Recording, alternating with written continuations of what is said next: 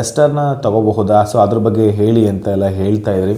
So ಇವತ್ತಿನ ವಿಡಿಯೋದಲ್ಲಿ used Duster, diesel ಮತ್ತು ಪೆಟ್ರೋಲಲ್ಲಿ ಸಿಗುವಂಥ ಈ ಡಸ್ಟರ್, ರೆನಾಲ್ಡ್ ಡಸ್ಟರ್ ಬಗ್ಗೆ ತಿಳ್ಕೊಳ್ತಾ ಹೋಗೋಣ.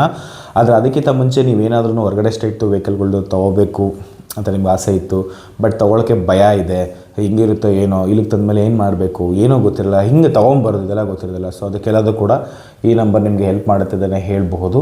ಅಷ್ಟೇ ಯಾಕೆ ನೀವು ಬೆಂಗಳೂರು ಅಥವಾ ನಮ್ಮ ಕರ್ನಾಟಕದಲ್ಲೇ ಯಾರನ್ನ ವೆಹಿಕಲ್ ನೋಡ್ತಾ ಇದ್ದೀನಿ, ಇದ್ರ ಬಗ್ಗೆ ತಿಳ್ಕೊಬೇಕು, ಇನ್ಸ್ಪೆಕ್ಷನ್, ಪ್ರಾಪರ್ ಸರ್ವಿಸ್ ರೆಕಾರ್ಡ್ ಹೋಗಿರಲಿ, ಆರ್ ಸಿ ಟ್ರಾನ್ಸ್ಫರ್ ಆಗಿರಲಿ, ಅಥವಾ ಬೆಂಗಳೂರಿಂದ ಬೇರೆ ಭಾಗಕ್ಕೆ ಗಾಡಿನ ಸ್ಥಳಾಂತರ ಮಾಡೋದಾಗಿರಲಿ, ಇದೆಲ್ಲದಕ್ಕೂ ಕೂಡ ಈ ನಂಬರ್ ನಿಮಗೆ ಹೆಲ್ಪ್ ಮಾಡ್ತಾ ಅಂತಲೇ ಹೇಳ್ತಾ ವಿಡಿಯೋದಲ್ಲಿ ಮುಂದುವರಿತಾ ಹೋಗೋಣ. ಇದು ಒಂದು ಕ್ರಾಸ್ ಓವರ್ ಸೆಗ್ಮೆಂಟ್ನಲ್ಲಿ ಬರುವಂತಹ ಒಂದು so called SUV vehicle. Seriously it's A good vehicle ಅಂತಲೇ ಹೇಳ್ಬೋದು. ಯಾಕಂದರೆ ಆಲ್ಮೋಸ್ಟ್ ನನ್ನ ಹತ್ರ ಒಂದು 7-8 ತಿಂಗಳು ಜಾಸ್ತಿ ಉಪಯೋಗಿಸಿದೆ. ಒಂದು 10,000 ಕಿಲೋಮೀಟರ್ ಓಡಿಸಿದ್ದೀನಿ Renault Duster RXL variant DCI engine ಇದ್ದಿದ್ದು ನನ್ನ ಹತ್ರ. ಸೊ 6 ಸ್ಪೀಡ್ ಮ್ಯಾನ್ಯುಯಲ್, 110 PS ಅಂತ ಬರುತ್ತೆ. ಅದು ಅಡ್ವೆಂಚರ್ ಎಡಿಷನ್ ಅಂತ ಬರುತ್ತೆ. ಅದಕ್ಕೆ ಎಕ್ಸ್ಟ್ರಾ ಬಲ್ಬ್ ಬರುತ್ತೆ. ಮತ್ತು ಈ ಕಡೆ ಟೈರ್ ಮೇಲೆ ನಿಮಗೆ ಸ್ವಲ್ಪ ಕಟ್ಟಿಂಗ್ ಥರದ್ದು ಆ ಥರದ್ದು ಸ್ವಲ್ಪ ಎಕ್ಸ್ಟ್ರಾ ಬಂಪರ್ ಗಾಡ್ ಥರದ್ದೆಲ್ಲ ಬರುತ್ತೆ. ಒಳ್ಳೆ ಗಾಡಿ ಅದು. ಅದಕ್ಕಿಂತ ಮುಂಚೆ ನನಗೆ ಅದೆಲ್ಲ ಇತ್ತು, ಅಡ್ವೆಂಚರ್ ಎಡಿಷನ್ ಇದೆ ಅಂತಲೇ ಗೊತ್ತಿರಲಿಲ್ಲ ನನಗದು. ಸೊ ನಾನು ನಾರ್ಮಲ್ ಡಸ್ಟರೇ ತೊಗೋಬೇಕಂತಿದ್ದು. ಅದರಲ್ಲಿ 85 PS ತೊಗೊಳ್ಳೋಣ, ಮೈಲೇಜ್ ಬರುತ್ತೆ ಅಂದ್ಕೊಂಡಿದ್ದೆ. ಆಮೇಲೆ 6 ಸ್ಪೀಡ್ ಮ್ಯಾನ್ಯುಯಲ್ ಬರುತ್ತೆ, 110 PS ಇದ್ದರೆ ಸ್ವಲ್ಪ ಪವರ್ಫುಲ್ ಇರುತ್ತೆ. ಯಾಕಂದರೆ ನಾನು ಸ್ವಲ್ಪ ಜಾಸ್ತಿ ಹೈ ಸ್ಪೀಡ್ಗೆಲ್ಲ ಹೋದಾಗ ಅಥವಾ ಬೆಟ್ಟಗಳ ಮೇಲೆ ಟ್ರಾವೆಲ್ ಮಾಡಬೇಕಾದಾಗ ನನಗೆ ಯೂಸ್ ಆಗುತ್ತೆ ಅನ್ನೋದಕ್ಕೋಸ್ಕರ ಅದನ್ನು ತೊಗೊಂಡಿದ್ದು. ಮತ್ತು ಅದರಲ್ಲಿ AWD ಆಲ್ ವೀಲ್ ಡ್ರೈವ್ ಕೂಡ. ಓವರಾಲ್ ಗಾಡಿ ಬಗ್ಗೆ ಹೇಳ್ಬೇಕಂತ ಹೇಳಿದ್ರೆ ಸೀರಿಯಸ್ಲಿ ಮೇನ್ ಪಾಸಿಟಿವ್ ಬಂದು ಡಿಕ್ಕಿ ಸೂಪರ್. ಒಂದು ಸೆಡಾನ್ ಗಾಡಿ ಹೈಟ್ ಆದರೆ ಏನಿರುತ್ತೋ ಅಷ್ಟು ಮಟ್ಟಿಗೆ, ಅದಕ್ಕಿಂತ ಸ್ವಲ್ಪ ಜಾಸ್ತಿನೇ ಅಂತ ಹೇಳ್ಬೋದು, ಅಷ್ಟು ಮಟ್ಟಿಗೆ ಅದು ಬೂಟ್ ಸ್ಪೇಸ್ ಇದೆ. ತುಂಬ ಜನ ನಾನು ನೋಡಿದ್ದೀನಿ ಅದನ್ನ ಆಫ್ಟರ್ ಮಾರ್ಕೆಟಿಂಗಲ್ಲಿ 2 ಚಿಕ್ಕ ಸೀಟ್ಗಳು ಇಟ್ಕೊಂಡಿದ್ರು ನಾನು ನೋಡಿ. ಸೊ ಅಷ್ಟು ಸ್ಪೇಸ್ ನಿಮಗೆ, ಅಷ್ಟು ಸ್ಪೇಷಿಯಸ್ ಆಗಿರುವಂಥ ಜಾಗ ನಿಮಗೆ ಅದರಲ್ಲಿ ಖಂಡಿತ ಇದೆ. ಎರಡನೇ ಪಾಸಿಟಿವ್ ಬಂದು ಟೈರ್ ಮತ್ತು ವೀಲ್ ಬೇಸ್. ಅದು ಹೆಂಗೆ ಸೇಮ್ ಡಸ್ಟರ್, ನಾವು ಏನು ವರ್ಷ ಡಸ್ಟರ್ ಇದೆಯೋ ಅದೇ ಪ್ಲ್ಯಾಟ್ಫಾರ್ಮಲ್ಲೇ ಡಿಸೈನ್ ಮಾಡಿರೋ ಥರದ್ದು ಹಂಗೆ ಕಾಣಿಸುತ್ತೆ. ಅದು ಅಷ್ಟು ಚೆನ್ನಾಗಿ ಆ ಡಸ್ಟರ್ನ ಎತ್ಕೊಂಡ್ಬಿಟ್ಟು ಒಂದು ದೊಡ್ಡ ಟೈರ್ಗಳ ಮೇಲೆ ಇಟ್ಟರೆ ಹೆಂಗಾಗುತ್ತೋ ಅಷ್ಟರ ಮಟ್ಟಿಗೆ ಇರುತ್ತೆ ಆ ಟೈರ್ ಸೈಜು. ಮತ್ತು ಆ ವೀಲ್ ಬೇಸ್ ನಿಮಗೆ ಆಫ್ ರೋಡ್ಗೂ ಮತ್ತು ಹೈವೇಗೂ, ಲೋಕಲ್ ರೈಡ್ಗೂ, ಸಿಟಿ ರೈಡ್ಗೂ ಎಲ್ಲದಕ್ಕೂ ನಿಮಗೆ ಯೂಸ್ ಆಗುವಂಥದ್ದು. ಏನು ನಿಮಗೆ ಮ್ಯಾಟ್ರೇ ಆಗಲ್ಲ, ಹಳ್ಳಕೊಳ್ಳಗಳು ಅಷ್ಟು ಚೆನ್ನಾಗಿ. ನಾನು ಎಷ್ಟು ರಫಾಗೆಲ್ಲ ಓಡಿಸ್ಬಿಟ್ಟಿದ್ದೀನಿ ಅದರಲ್ಲಿ, ಎಲ್ಲೂ ನಂಗೆ ಟಚ್ಚೇ ಆಗಿಲ್ಲ ಅದು. ಮತ್ತು ಅದು ಬೋರ್ಡ್ ಕೂಡ ಇತ್ತು, ಸೈಡು ರನ್ನಿಂಗ್ ಬೋರ್ಡ್ ಹತ್ರ ಎಕ್ಸ್ಟೆನ್ಷನ್ ಕೂಡ ಇದ್ರೂ ಕೂಡ ಅದು ಟಚ್ಚೇ ಆಗಿಲ್ಲ, ಒಂದು ಸಲಕ್ಕೂ ಟಚ್ ಆಗಿಲ್ಲ. ಸೊ ಅಷ್ಟರ ಮಟ್ಟಿಗೆ ಅದು ಗ್ರೌಂಡ್ ಕ್ಲಿಯರೆನ್ಸಲ್ಲಿ ನಿಮಗೆ ಸಖತ್ತಾಗಿ ಹೆಲ್ಪ್ ಮಾಡುತ್ತೆ ಅಂತಲೇ ಹೇಳ್ಬೋದು. ನೆಕ್ಸ್ಟ್ ಮೂರನೇ ಪಾಸಿಟಿವ್ ಬಂದು ಅದರಲ್ಲಿ ಮೈಲೇಜ್ ಎಫಿಷಿಯನ್ಸಿ. ಸೊ ನೆಕ್ಸ್ಟ್ ನನ್ನ ಹತ್ರ ಇದು 110 PS ಇರೋದ್ರಲ್ಲಿ ಅದೇ ಸ್ವಲ್ಪ ಜಾಸ್ತಿ. ಅದೇ ನನಗೆ ಆಲ್ಮೋಸ್ಟ್ ನನಗೆ ಹೈವೇನಲ್ಲೆಲ್ಲ 120ವರೆಗೂ ಓಡಿಸಿದ್ದೀನಿ ಅದರಲ್ಲಿ. ಅದೇ ನನಗೆ ಹೆಚ್ಚು ಕಮ್ಮಿ ಒಂದು 15-16 ಕಿಲೋಮೀಟರ್ಸ್ ಮೈಲೇಜ್ ಕೊಡ್ತಾಯಿತ್ತು ಅದು ನನಗೆ. ಸೊ ಅದು ಬೆಸ್ಟ್ ಆಪ್ಷನ್ 1.5 ಲೀಟ್ರಿಗೆ. ಆ್ಯಂಡ್ ಇನ್ನೊಂದು ಸಿಟಿಲೆಲ್ಲ ನಿಮ್ಗೊಂದು ಆಲ್ಮೋಸ್ಟ್ 12ಕ್ಕಂತೂ ಮೋಸ, 12-13 ಅಂತೂ ಪಕ್ಕ ಮೋಸ ಇಲ್ಲ, ಅದರಲ್ಲಿ ಅಷ್ಟು ಚೆನ್ನಾಗಿ ಕೊಡ್ತದೆ. ಸೊ ವರಿ ಮಾಡೋ ಇದೇ ಇಲ್ಲ. ನೆಕ್ಸ್ಟ್ ಬಂದು 4th ಪಾಯಿಂಟ್ ಬಂದು ಟರ್ಬೋ. ಸೂಪರ್ ಟಾಪ್ ನಾಚ್ ಅಂತಲೇ ಹೇಳ್ಬೋದು, ಅಷ್ಟರ ಮಟ್ಟಿಗೆ ಡಿಸೈನ್ ಮಾಡಿದ್ದಾರೆ. ಯಾಕಂದರೆ ಇದರದೇ ಅಣ್ಣ ಅಥವಾ ತಮ್ಮ ಅಂತಲೇ ಹೇಳ್ಬೋದು ಟೆರಾನೋ. ಅದಕ್ಕಿಂತನೂ ಕೆಲವುದರಲ್ಲಿ ಟ್ಯೂನಿಂಗ್ನಲ್ಲಿ ಆ್ಯಕ್ಚುಲಿ ಟೆರಾನೋ ಕಂಪೇರ್ ಮಾಡಿದ್ರೂ ಡಸ್ಟರ್ ಆ್ಯಕ್ಚುಲಿ ಬೆಟರ್ ಆಪ್ಷನ್ ಅಂತಲೇ ಹೇಳ್ಬೋದು. ಬಟ್ ಟೆರಾನೋ ಲುಕ್ ವೈಸ್ ಅಷ್ಟು ಗುಡ್ ಅಂತ ಅನಿಸುತ್ತೆ. ಬಟ್ ನಿಮಗೆ ಫಿನಿಷಿಂಗಲ್ಲೆಲ್ಲ ಟೆರಾನೋ ಚೆನ್ನಾಗಿ ಕಾಣಿಸುತ್ತೆ. ಆ್ಯಕ್ಚುಲಿ ಆ ಪ್ರೆಸೆನ್ಸ್, ರೋಡ್ ಪ್ರೆಸೆನ್ಸ್ ಎಲ್ಲರಲ್ಲಿ ಟೆರಾನೋ ಚೆನ್ನಾಗಿ ಕಾಣಿಸುತ್ತೆ. ಇದು ಸೇಮೇನೆ, ಬಟ್ ಬ್ರ್ಯಾಂಡ್ ಬೇರೆ, ರೀಬ್ಯಾಡ್ಜಿಂಗ್ ಗಾಡಿ ಅಲ್ವಾ.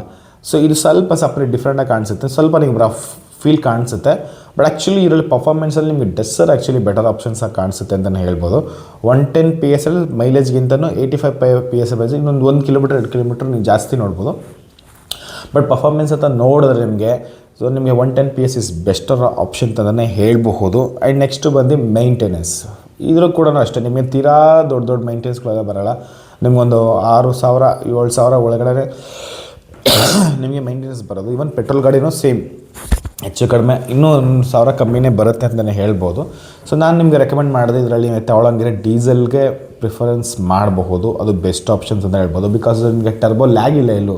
ಸೊ ನಿಮಗೆ ತುಂಬ ಚೆನ್ನಾಗಿ ಪುಲ್ಲಿಂಗ್ ಎಲ್ಲರೂ ಸಿಗುತ್ತೆ. ಬಟ್ ತುಂಬ ಓವರ್ ಎಂತೂಸಿಯಸ್ಟಿಕ್ಕಾಗಿ 160-170 ಎಲ್ಲ ಓಡಿಸ್ತೀನಿ ಅನ್ನೋದು ತಲೆಯಲ್ಲಿ ಹಾಕೊಳ್ಳೋಕೆ ಹೋಗಬೇಡಿ.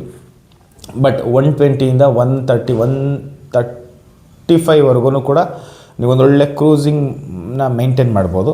ಮತ್ತು ಇದ್ರದ್ದು ನೆಗೆಟಿವ್ ಅಂತ ಹೇಳೋಕ್ಕೆ ಶುರು ಮಾಡಿದ್ರೆ, ಫಸ್ಟ್ ಆಫ್ ಆಲ್ ಇದು ಆಲ್ರೆಡಿ ಸ್ಟಾಪ್ ಆಗಿದೆ. ಸೊ ಇದರಲ್ಲಿರೋದು ಸ್ಪೇರ್ ಪಾರ್ಟ್ಸ್ಗಳು ಕೂಡ ಸಿಗ್ತಾಯಿದೆ, ಏನು ಪ್ರಾಬ್ಲಮ್ ಇಲ್ಲ. ಸೊ ತುಂಬ ಜನ ಹೇಳ್ತಾರೆ ಈಗ ಹೊಸ ಡಸ್ಟರ್ ಬರ್ತಿದೆಯಲ್ಲ ಅಂತ. ಸೊ ಅದು ಬೇರೆ ಸೆಗ್ಮೆಂಟ್, ಅದು BS6 ನಾರ್ಮ್ಸ್ ಬರುತ್ತೆ. ಮತ್ತು ಅದರಲ್ಲಿರುವಂಥದ್ದು ಫಂಕ್ಷನಿಟಿ ಬೇರೆ.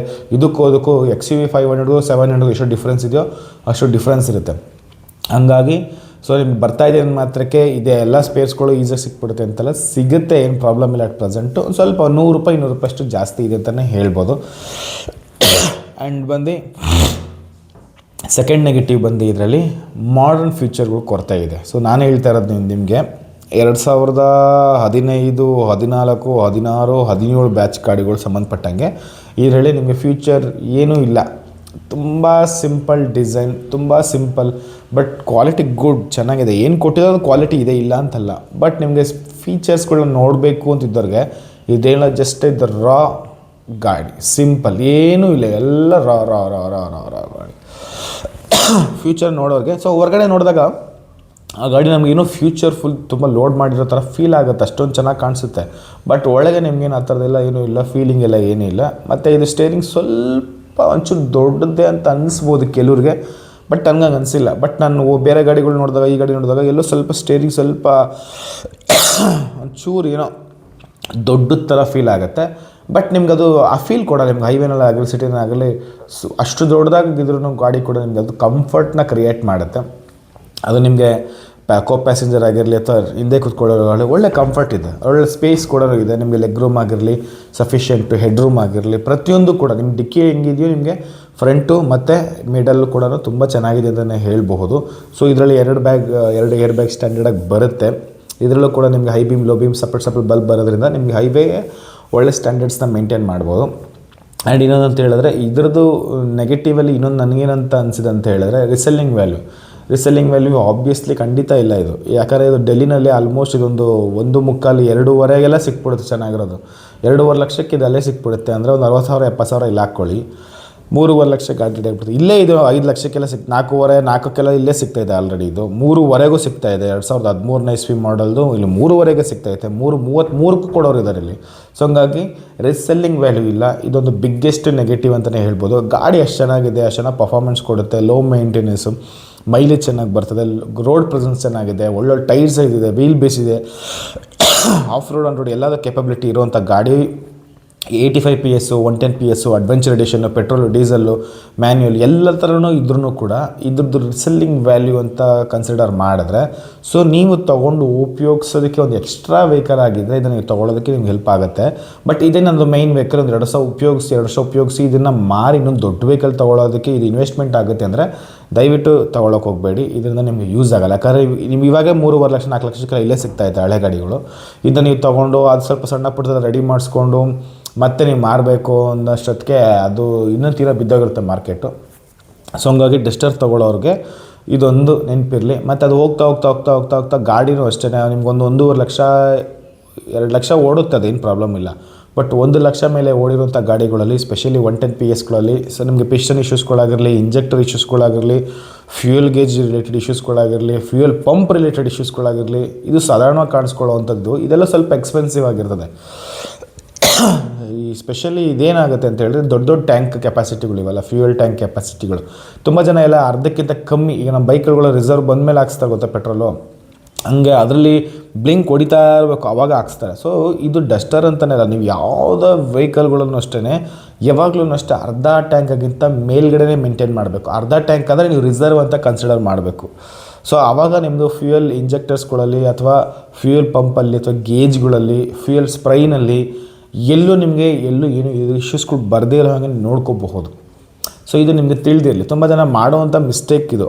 ಇನ್ನೇ 2 ಲೀಟ್ರ್ 2 ಚುಕ್ಕೆಗೆ ಬಂದಾಗ ಮಾಡೋದು, ಇಲ್ಲ ಬ್ಲಿಂಕ್ ಆಗಬೇಕು, ಅದು ಅಲ್ಲಿವರೆಗೂ ಇಟ್ಕೊತಾರೆ. ಅದು ಯಾಕೆ ಇಟ್ಕೊತಾರೆ ಸೀರಿಯಸ್ಲಿ ಗೊತ್ತಿಲ್ಲ. ನಿಮ್ಮದೇ ವೆಹಿಕಲ್ ನೀವು ಹೆಂಗೆ ಇವತ್ತಿದ್ರೂ ಹಾಕ್ಸ್ಲೇಬೇಕಲ್ವ, ಅದು ಯಾವಾಗ ಹಾಕ್ಸಿಟ್ಕೊಂಡ್ರೆ ಅದು ನಿಮಗೆ ಟ್ಯಾಂಕ್ ಟು ಟ್ಯಾಂಕ್ ಮೈಲೇಜನ್ನು ಮೈಂಟೈನ್ ಮಾಡೋಕ್ಕೂ ಹೆಲ್ಪ್ ಆಗುತ್ತೆ. ನಿಮ್ಮದು ಫ್ಯೂಯಲ್ ಏನು ಸಪ್ಲೈ ಇಲ್ಲಿಂದ ಅಲ್ಲಿಗೆ ಏನು ಇಂಜೆಕ್ಟ್ರ್ ಸಪ್ಲೈ ಆಗಬೇಕೋ ಅದಷ್ಟು ಟ್ರ್ಯಾಕು ನಿಮಗೆ ತುಂಬ ಚೆನ್ನಾಗಿ ಇಟ್ಕೊಳ್ಬಹುದು. ಮೈಂಟೈನ್ ನಿಮ್ಗೆ ಈಸಿ ಇರುತ್ತೆ. ಸೊ ಎಲ್ಲನ ಬಂದ್ಗಿಂದ ಆಯಿತು ಅಂದರೆ ನಿಮಗೆ ಪೆಟ್ರೋಲ್ ಫ್ಯೂಯಲ್ ಸಿಕ್ಕಿಲ್ಲ ಅಂದರೆ ಅವಾಗ ಸೊ ಅದಕ್ಕೆ ಕೆಲದಕ್ಕೆ ಹೆಲ್ಪ್ ಆಗುತ್ತೆ. ಲಾಂಗ್ ಡ್ರೈವ್ ನೀವು ಇಮಿಡಿಯೇಟ್ಲಿ ತೆಗಿಬೋದು. ಸೊ ನಿಮ್ಮ ಹತ್ರ ಅವಾಗ ಟೈಮಲ್ಲಿ ದುಡ್ಡಿಲ್ಲ ಅಂದ್ರೂ ಪ್ರಾಬ್ಲಮ್ ಆಗೋಲ್ಲ. ಸೊ ಹಿಂಗಾಗಿ ಫ್ಯೂಯಲ್ ಪಂಪ್ ಫೇಲ್ಯೂರ್ ಆಗದೇ ಇರೋಬೇಕಂತ ಹೇಳಿದ್ರೆ ಯಾವಾಗಲೂ ಕೂಡ ಅರ್ಧ ಲೀಟ್ರು ಅಥವಾ ಅದಕ್ಕಿಂತ ಜಾಸ್ತಿ ನೀವು ಮೈಂಟೈನ್ ಮಾಡಲೇಬೇಕು ನಿಮ್ಮ ಟ್ಯಾಂಕಿಗೆ ಸಂಬಂಧಪಟ್ಟಂಗೆ. ಸೊ ಇದೊಂದು ತಿಳ್ಕೊಬೇಕು. ಇನ್ನು ಈ ವೆಹಿಕಲ್ಗಳು ನಿಮ್ಮ ಎಷ್ಟಕ್ಕೆ ತೊಗೊಂಡ್ರೆ ಓಕೆ ಅಂತ ಹೇಳಿದ್ರೆ, ಯಾಕಂದರೆ ಈಗ ನಿಮಗೆ ನಾನು ಹೇಳಿದ ಪ್ರೈಸ್ ಪಾಯಿಂಟಲ್ಲಿ ಏನು 2.5 ಲಕ್ಷ 3.5 ಲಕ್ಷ ಪ್ರೈಸ್ ಪಾಯಿಂಟು ನಿಮಗೆ 13-14 ಮಾಡಲ್ಗಳಲ್ಲಿ ಸಿಗುತ್ತೆ, ಸರಿನಾ. ಈ 13-14 ಮಾಡಲ್ಗಳು ಅಥವಾ 15 ಅಪ್ ಟು 15ವರೆಗೂ ಸಿಗುವಂಥ ವೆಹಿಕಲ್ಗಳಿಗೆ ಆಲ್ರೆಡಿ ನೀನು FC ಬಂದುಬಿಟ್ಟಿರುತ್ತೆ. 2015 ಮಾಡಲ್ ಆದರೆ 2030ಕ್ಕೆ ಬರ್ತದೆ, 2013 ಅಂದರೆ 17 ಅಂದರೆ ನೆಕ್ಸ್ಟ್ ಇಯರ್ಗೆ ಅದು FC ಇರ್ತದೆ. ಸೊ ಹಂಗೆ FCಗೆ ಇನ್ನೂ ನಿಂತಿರೋ ಗಾಡಿಗಳಿಗೆ ಗಾಡಿ ಚೆನ್ನಾಗಿದ್ದರೆ ಏನು ಪ್ರಾಬ್ಲಮ್ ತೊಗೋಬೋದು. ಆಲ್ಮೋಸ್ಟು ನಿಮ್ಗೊಂದು 3 ಲಕ್ಷ 3.5 ಲಕ್ಷದಲ್ಲಿ ಡೈರೆಕ್ಟ್ ಕರ್ನಾಟಕ ಗಾಡಿ ಫಸ್ಟ್ ಪಾರ್ಟಿ ಅಥವಾ ಸೆಕೆಂಡ್ ಪಾರ್ಟಿ ಇದ್ದರೆ ಗಾಡಿ ಎಲ್ಲ ಆ್ಯಂಗಲ್ ಚೆನ್ನಾಗಿತ್ತು, ಏನು ಇಶ್ಯೂಸ್ ಇಲ್ಲ ಅಂತ ಹೇಳಿದ್ರೆ ನೀವು 3-30ರಲ್ಲಿ ನೀವು ಆರಾಮಾಗಿ ತೊಗೋಬೋದು ಇಲ್ಲಿನ ವೆಹಿಕಲ್ಗಳನ್ನ, ಏನು ಪ್ರಾಬ್ಲಮ್ ಇಲ್ಲ. ಅದಕ್ಕೆ ಡೆಲ್ಲಿಗೆ ಹೋಗ್ಬೇಕಂತೇನಿಲ್ಲ. ಯಾಕಂದರೆ ಡೆಲ್ಲಿಗೆ ಹೋಗಿತ್ತಂದರೆ ಮತ್ತೆ ಸ್ವಲ್ಪ ಎಕ್ಸ್ಪೆನ್ಸ್ ಆಗುತ್ತೆ, ಮತ್ತು ಅದಲ್ಲೇ ಬರ್ತಂದು 50,000-60,000 ಸೇವ್ ಮಾಡ್ದಂಗೆ ಆಗುತ್ತೆ ವಿನಃ ಹ್ಯೂಜ್ ಡಿಫ್ರೆನ್ಸ್ ಆಗುತ್ತೆ ಅಂತ ನಾನು ಏನೂ ಹೇಳೋಕ್ಕಾಗಲ್ಲ. ಸೊ ಡಸ್ಟರ್ ಟೆರನೋ ತೊಗೊಳಂಗಿದ್ರೆ ನೀವು ಕರ್ನಾಟಕ ಗಾಡಿಗಳನ್ನೇ ಪ್ರಿಫರ್ ಮಾಡಿ, ಅದು ಬೆಸ್ಟ್ ಆಪ್ಷನ್. ತುಂಬ ದೊಡ್ಡ ಗಾಡಿಗಳು ಅಥವಾ ಬೇರೆ ಸ್ವಲ್ಪ ಪ್ರೈಸಲ್ಲಿ ಡಿಫ್ರೆನ್ಸ್ ಇರೋ ಗಾಡಿಗಳಿಗಾದರೆ ನೀವು ದೆಹಲಿ ಗಾಡಿ ಅಥವಾ HR, UK, UP ಈ ಥರ ಗಾಡಿಗಳನ್ನ ನೀವು ಪ್ರಿಫರ್ ಮಾಡಬಹುದು. ಇನ್ನು ಇದಕ್ಕೆ ಸಂಬಂಧಪಟ್ಟಂಗೆ ಸಾಕಷ್ಟು ಆಪ್ಷನ್ಸ್ಗಳಿದೆ, ಎಲ್ಲ ಅಷ್ಟು ಭಯಂಕರ ಕಲರ್ ಆಪ್ಷನ್ಸ್ಗಳಿದೆ ಡಸ್ಟರ್ನಲ್ಲಿ.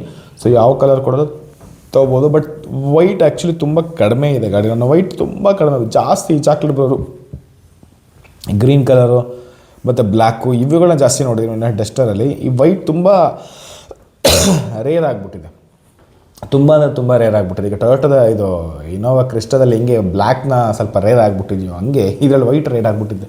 ಸೊ ಇನ್ ಕೇಸ್ ನಿಮ್ಗೆ ವೈಟ್ ಸಿಕ್ತು ಅಂತ ಹೇಳಿದ್ರೆ ತೊಗೊಳ್ಳಿ, ಚೆನ್ನಾಗಿದೆ. ಅದ್ರಲ್ಲಿ ಸ್ವಲ್ಪ ತೊಗೊಳ್ಳೋ RX-Z ವೇರಿಯಂಟ್ ತೊಗೊಳ್ಳಿ, ಅದ್ರಲ್ಲಿ ಅಟ್ಲೀಸ್ಟ್ ನಿಮ್ಗೆ ಸ್ವಲ್ಪ ಅಟ್ಲೀಸ್ಟ್ ಏನೋ ಸ್ವಲ್ಪ ಎಕ್ಸ್ಟ್ರಾ ಸಿಗಬಹುದು ಫೀಚರ್ ಅಂತಲೇ ಹೇಳ್ಬೋದು. ಅದರ್ವೈಸ್ ಗಾಡಿ ಒಳ್ಳೆ ಗುಡ್ ಗಾಡಿ ಅಂತಲೇ ಹೇಳ್ಬೋದು, ಅದರಲ್ಲಿ ಎರಡು ಮಾತಿಲ್ಲ.